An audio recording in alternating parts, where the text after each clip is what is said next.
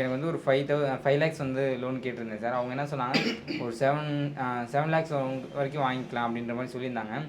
ஆனால் இப்போ எங்களுக்கு வந்து 5 போதும். ஏன்னா 7 lakhs வாங்கினோம் அப்படின்னா இன்ட்ரெஸ்ட்டும் அதிகமாக போகுது, இயர்ஸும் நாங்கள் அதிகமாக கட்டுற மாதிரி இருக்கு. சார். அதனால் அவ்வளோ தூரம் வேண்டாம், ஒரு 5 lakhs வந்து ஒரு 5 yearsக்குள்ளே முடிச்சுக்கலாம் அப்படின்ற மாதிரி பிளான் பண்ணோம் சார். இப்போ மாதம் வந்து நாங்கள் வந்து ஒரு 13,000 சில்லரை கட்டுற மாதிரி வருது. ஆமாம் சார். இப்போ நாங்கள் 5 lakhs போடுறோம் அப்படின்னா, ஏன்னா எங்களுக்கு வந்து கொடுக்குறது வந்து 5 lakhs வராது சார். ப்ராசஸிங் ஃபீஸ் ஒரு 5,000 ரூபாய் 6,000 ரூபாய் அந்த மாதிரி இருக்கும். இல்லை சார், மொத்தம் அவங்க எவ்வளோ அப்படின்னா ஒரு 30,000 35,000 பிடிச்சிட்டாங்க சார். எதுக்கு லோன் உங்களுக்கு அவங்களுக்கு லோன்? அதாவது என்ன விஷயம்னா, அவங்க என்ன சொல்கிறாங்கன்னா, ப்ராசஸிங் ஃபீஸ்னா மேக்ஸிமம் வந்து ஒரு பர்சன்டேஜ் போடுவாங்க. இவ்வளோதான் இருக்கும், ஒரு 5,000 ரூபாய் 6,000க்குள்ளே இருக்கும். நீ 35,000 ரூபாய் கமிஷன் மாதிரி கேட்டாங்களா? இல்லை சார், அது என்ன சொல்கிறாங்கன்னா, அவங்க பத்திரத்தை எழுதுறாங்கல்ல சார். ஓகே. அந்த பத்திரம் வச்சு நீ வாங்குறியா? வீட்டு பத்திரம் வச்சு வாங்குறியா? வீட்டு பத்திரம் தான் சார். ஆனால் அவங்களுக்கு எழுதி கொடுக்குறது இல்லை. நம்ம கிரையம் பண்ணுற மாதிரி. பிரைவேட் பேங்க்கா இல்லை? Private bank. ஏன் இப்போ நிறைய இன்னைக்கு இந்த பேப்பரில் கூட போட்டிருக்காங்க பாரு, காவு வாங்கும் கடன் செயலிகள் அப்படின்னு போட்டிருக்காங்க. ஒரு மனிதர் வந்து அதான் சார் எல்லாமே சொல்லுவாங்கல்ல, கடன் இல்லாத வாழ்க்கை தான் வந்து பெரிய நிம்மதி அப்படிதான் எல்லாம் சொல்லுவாங்க. எல்லாருமே என்ன பண்றது, கடன்ல தான் இருக்கும். ஆமா சார், அதான் வேற ஆப்ஷன் இல்லை. தமிழ்நாடும் கடன்ல தான் இருக்கு, இந்தியாவும் கடன்ல தான் இருக்கு. ஒரு மனிதன் வந்து நமக்காக இல்லைனாலும் நம்மளை சுற்றி சார்ந்தவங்க இருக்கிறவங்களுக்காவது நம்ம ஒரு வாழ்க்கையை வாழணும். அதுக்காக எல்லாருமே கடன் தள்ளப்படுறாங்க சார்.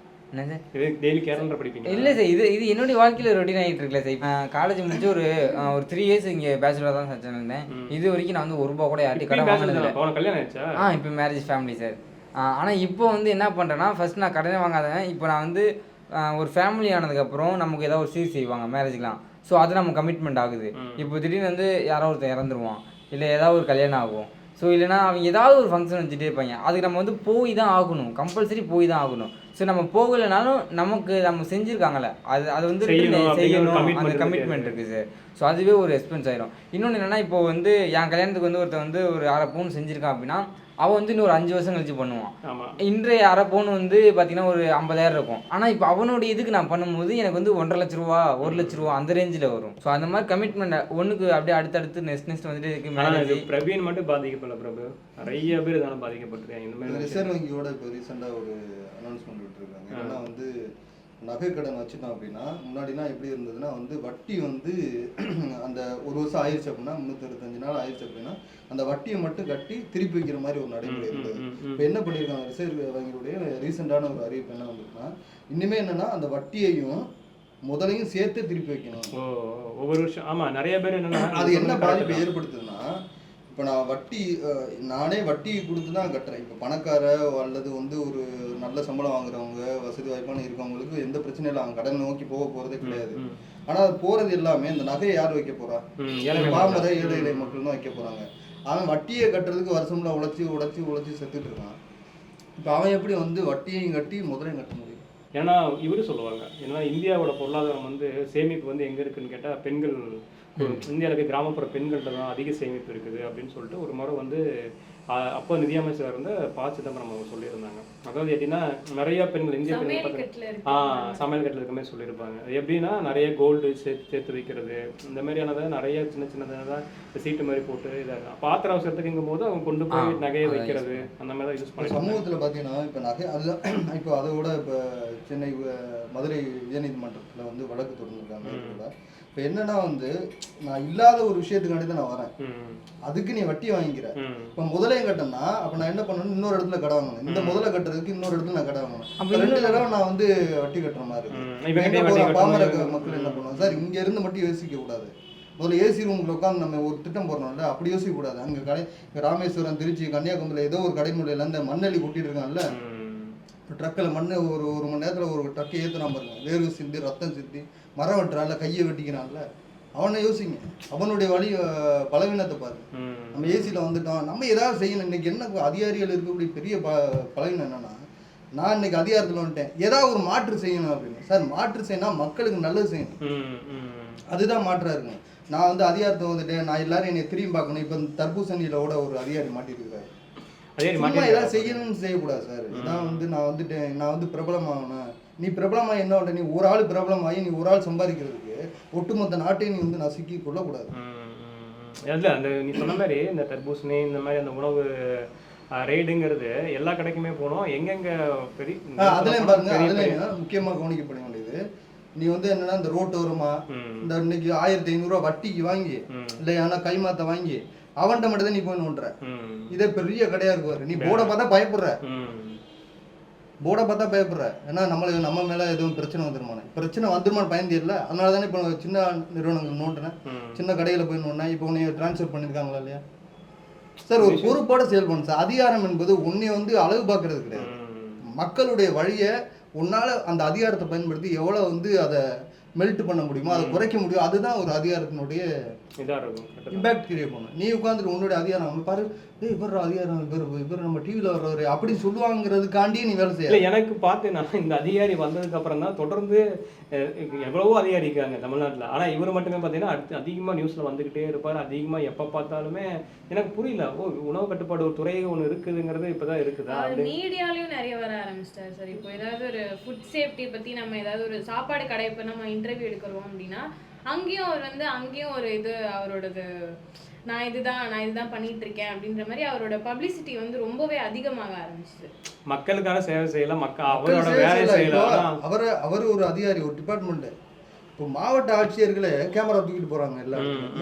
ஏன் பண்றீங்க? இந்த வேலை செய்யணும் காட்டணும்லப்பா, வேலை செய்யணும் காட்டணும். அப்ப நீ என்ன பண்ற? இந்த மீடியா கண்டி மாற வேண்டியது. இப்போ நம்ம லைவ்ல பேசுறதுக்கும் ஒரு கேமரா வச்சுட்டு பேசுறதுக்கும் நிறைய மாறுதல் ஏற்படும். கேமரா செய்யறது இருக்குது. அப்ப என்ன பண்றீங்க? யாரை ஏமாத்துறீங்க? நீ வேலையை செய்ய மாட்டேன்றீங்க, கேமரா தூக்கிட்டு போறீங்க. எதுக்கு எடுத்தாலும் ஒரு இன்ஸ்பெக்ஷன் கலெக்டர், மாவட்ட ஆட்சியர் பள்ளிக்கூடத்துக்குள்ள போயிட்டாரு. இப்ப அவங்க வேலை செய்ய தெரியுமாப்பா? நீங்க என்னப்பா பேசிட்டு இருக்க? இல்ல, வேலை செய்யணும் தெரியணும். இப்போ உங்களுக்கு இப்ப மாவட்ட ஆட்சியருடைய பணி என்ன? அவர் வேலையை செஞ்சுட்டு தான் இருக்காரு. அதுக்கு வந்து என்ன, கலெக்டரேட்ல இருக்காங்கல்ல, அதுக்கு வந்து ஒரு போஸ்டிங்கே இருக்கு. கலெக்டரேட் போட்டோகிராஃப்னு ஒரு போஸ்டிங் இருக்கு. இப்போ வந்து கலெக்டர் வந்து என்னென்ன பண்றாங்க டே டு டே எல்லாமே எல்லாத்துக்கும் எப்படி மக்களுக்கு தெரியப்படுத்துறாங்க. அதனால அவங்கள அரேஞ்ச் பண்ணி அவங்களுக்குன்னு ஒரு ஆள் பெசிக்கலா வச்சு அவங்க தாண்டி இன்னும் ஒரு சிலர்லாம் இருக்காங்க, ஷூட்டிங் நடத்துற அதிகாரிகள் இருக்காங்க. ஷூட்டிங் நடத்துற அதிகாரிகள் நிறைய பேர் இருக்காங்க. அவங்க எப்படின்னு கேட்டீங்கன்னா கரெக்டா sir okay sir camera on பண்ணியாச்சுங்க சார், ரோல் பண்ணியாச்சு சார், நீங்க உள்ள வரலாம் சார், வந்துட்டு ஓகே சார் இங்க இருந்து நடந்து வாங்க சார், முடிஞ்சு சார், இங்க இருந்து ஒரு கட்டு நம்ம எப்படியோ ஒரு ரீல்ஸ் சின்ன சின்ன மியூசிக் போட்டு தனன்னு போட்டுட்டு அழகா போட்டு அவங்க இது பண்ணிக்கிறாங்க. நீ சொல்றது வேலை இருக்குது. ஏன்னா சில வந்துட்டு அவங்க போறது வந்து இப்ப எந்த அதிகாரியுமா இருக்கட்டும் சரி, எந்த ஒரு அமைச்சரா இருக்கட்டும், அவங்க வேலை செய்யறதுங்கிறது மக்களுக்கு தெளிவுபடுத்துறதுக்குதா. அதுக்குன்னு பிஆர்ஓ அவங்க எல்லாமே இருப்பாங்க, அவங்க பண்ணுவாங்க. அது கரெக்ட், அது வருது. அதையும் தாண்டி சில அதிகாரிகள் விளம்பர மோகத்துக்காக இதெல்லாம் பண்ணிட்டு இருக்கான் பாருங்க, இதெல்லாம் பண்ணிட்டு இருக்கான் பாருங்கன்னு சொல்லிட்டு இருக்காங்க. ஷூட்டிங் நடத்துற அதிகாரிகள் இருக்காங்க, அவங்கள பத்தி சொல்றாரு. மக்களுக்கு உண்மையாகவே அவங்க உடல்நலம் பாதிக்கப்படக்கூடாது அப்படின்னு ஒரு அக்கறை இருந்துச்சுன்னா அது முதல்ல தடுங்கய்யா. விவசாயம் பண்ணும் போதே இது பண்ணும் போது அப்பயே ரைடு போங்க, அப்பயே இது பண்ணுங்க. இப்ப வந்து எல்லாம் இப்ப இன்னொரு விஷயம் கேட்டேன்னா, அந்த விவசாயியுமே இது பண்ணிருப்பான், என்ன பண்ணியிருப்பான், ஃபுல்லாக வந்து தர்பூசணியை வந்து போட்டு அறுவடை பண்ணி எல்லாத்துக்கும் மார்க்கெட்டுக்கு கொண்டு வரான். இப்போ என்ன பண்ணுவான், இந்த மாதிரி தர்பூசணியில் கலர் கலக்கிறாங்கன்னு சொன்ன மாதிரி. அப்போ உண்மையாலுமே உழைச்ச விவசாயம் என்ன பண்ணுவான், கொண்டு வந்து இது பண்ணும்போது தர்பூசணி வரும்போது விலை கம்மியாகும், 10 ரூபா 10 கிலோ 5 ரூபாய்க்கு இருக்குது. இப்போ என்ன ஆயிடுறா, இந்த மாதிரி வந்து ஒரு இது கிளப்புறாங்க, வதந்தியை கிளப்புறாங்க, போயிட்டு சார் ஃபுல்லாக கலர் அடிச்சு விட்டுறாங்க, இதை அடிச்சு விட்டுறாங்க. இப்போ அதில் ஃபுல்லாக டவுன் ஆகும், அந்த விவசாயிக்கும் லாஸு. அப்படி என்ன பண்ணுன்னா, இந்த மாதிரி பண்ணுறவன்னா தெரியுதுன்னா முதல்ல அதை போய் ஆய்வு பண்ணி சரி பண்ணு. அப்புறம் வந்துட்டு இப்போ வந்ததுக்கு அப்புறம் இது பண்ணுறதுன்னா என்ன இருக்குது. ஃபேமிலிக்காக வந்து கடன் வாங்குறாங்க அப்படின்னு சொல்லிட்டு அவர் பேசிட்டு இருந்தாரு. இப்போ என்னன்னா, ஸ்கூல் முடிச்ச உடனே வந்து பேங்க் அக்கௌண்ட் தனியாக ஓப்பன் பண்ணிக்கலாம் அப்படின்ற ஆப்ஷன் வந்ததுக்கப்புறம் வெறும் ஆதார் கார்டு இருந்தாலே போதும் அப்படின்னு சொல்லி ஃபோனில் ஒரு ஆப்பை டவுன்லோட் பண்ணாலே உனக்கு எத்தனாயிரம் கடன் வேணுமோ நான் தரேன் அப்படின்றான். அதை வந்து கட்டுறதுக்கு ஒரிஜினல் டாக்குமெண்ட்ஸும் வாங்கிடுறான், நம்மளோட ஃபோன் ஆக்சஸை ஃபுல்லாகவும் எடுத்துடுறான். அந்த கடன் நம்ம கட்டாத போது நம்ம ஃபோன்ல இருக்கிற கான்டாக்ட் எல்லாருக்குமே வந்து தப்பா மெசேஜ் அனுப்புறது, கடன் அடைக்கல இது பண்ணல அப்படின்னு சொல்லி அந்த மாதிரி இவர் கடன் கட்டல, இவர் வந்து இந்த மாதிரியான பிஸ்னஸ்க்கு வந்து இப்போ பண்ண போறாரு அப்படின்னு சொல்லிட்டு பசங்களையும் சரி பொண்ணுங்களையும் சரி வந்து ரொம்ப தப்பா ப்ரொஜெக்ட் பண்ணி இது பண்ணுது. அதனால லோன் ஆப்போட ஆக்சஸ் வந்து நம்ம தமிழ்நாட்டுல நிறைய இருக்கு. இப்போ தமிழ்லயும் இருக்கு, இந்த நார்த் ஆப்ஸுமே நிறைய இருக்கு. Okay okay. ஸோ இன்னொரு விஷயம் இங்கே கவனிக்கப்படணும்னா, இதை வந்து மக்கள் எல்லாருமே ஒரு அவேர்னஸாக நம்ம பார்க்கணும். என்னன்னா, இன்னைக்கு இருக்கக்கூடிய இந்த பொருளாதாரம் எங்கேயோ போயிடுச்சு. ஒரு காய்கறி வாங்கினா கூட வந்து விவசாயிகிட்ட தான் இனிமேல் நேரடியாக வாங்கணும் போல. அப்போனா நம்ம வந்து சென்னையில் இருக்கவங்க வந்து ஏதோ ஒரு போய் வாங்கினா அது பஸ் டிக்கெட் இருக்கணும், அப்படி ஒரு கான்செப்ட் இருக்குது. அதெல்லாம் போய் சாத்தியம் கிடையாது. அப்போது விவசாயிகிட்ட வாங்கும்போது ரொம்ப குறைவான விலையில், அதான் ஒருத்தர் ஒரு தர்பூசணி வியாபாரி சொல்கிறாரு, ஒரு தர்பூசணி 1 ரூபாய்க்கு கொடுக்குறாங்க. ஆனா நீங்க எங்க எவ்வளவு விற்கிறீங்க? கிலோ 10 ரூபா 15 ரூபா. அப்போ இது ஒரு சாப்டர். நான் எதை சொல்ல வந்தேன் அப்படின்னா, இன்னைக்கு வந்து கடன் வாங்குங்க. இப்ப அவங்க கடன் பத்தி சொன்னதுனால சொல்றேன். கடன் வாங்கினா ஆசையை தூண்டுறாங்க. கடன் வாங்கின ஏகப்பட்ட ஆசையை தூண்டினாங்க. ஐயோ நான் என்னன்னா இப்ப இந்த கடன் வாங்குன்னு ஆசையை தூண்டுறதோட இப்ப என்ன இப்ப ஒரு பெரிய அட்வான்டேஜ்னா, இப்ப இவங்க சொன்ன மாதிரி இப்போ ஒரு ஆப் இருக்குது. எக்ஸாம்பிளுக்கு எக்ஸ்னு ஒரு ஆப் இருக்கு. அந்த ஆப்ல நான் ஒரு கடன் வாங்கிட்டேன். இப்ப அந்த கடன் அடைக்கிறதுக்கு என்ன பண்றேன்னா, ஒய்ங்கிற ஆப்பை வாங்குறேன். இதனால என்ன பண்றான்னா வந்துட்டு ஓகே நமக்கு தான் இந்த மாதிரி ரொட்டேஷன் பண்ணிட்டு இருக்குமே, இந்த மாதிரி சரி பண்ணிட்டு இருக்குமே, நமக்கு எந்த ஒரு பிரச்சனையுமே இல்லைன்னு சொல்லிட்டு தான் கடன் வாங்கி மாற்றி இதுக்கு இந்த கடன் வாங்கி அங்கே அடைக்கிறது, இந்த கடன் வாங்கி இப்படி அடைக்கிறது, இதுவே தொடர்ந்து போயிட்டு இருக்கு. ஆனா அதனோட சிக்கல் எப்படி இருக்குங்கிறது பின்னாடி ரொம்ப இல்ல சிக்கல் பின்னாடி வர்றது கிடையாது, அனுபவிச்சுட்டே இருக்கிறாங்க மக்கள். இப்ப ரீசெண்டா கூட சென்னையில வந்து ஒரு வக்கீல் மருத்துவ ஒரே குடும்பத்தை சேர்ந்து தற்கொலை பண்ற அளவுக்கு அது எங்க கொண்டு போய் விடுது பாருங்க. இப்ப ஹாரி ஜெயராஜ் சொல்றாரு, ஒரு இசையமைப்பாளர், எவ்வளவு உணர்வு பூர்வமா சொல்றாரு, நீ தண்ணி அடிக்கிறது தப்பு கிடையாது, அது தப்பு தான், அது வேற மாதிரி சில சொல்றாரு. தண்ணி அடிக்கிறத விட புகைப்பிடிக்கிறத விட கடன் வாங்குறது மிகப்பெரிய தப்பு. ஏன்னா இது எல்லாம் வந்து ஒரு தனி மனிதரை பாதிக்கக்கூடியது.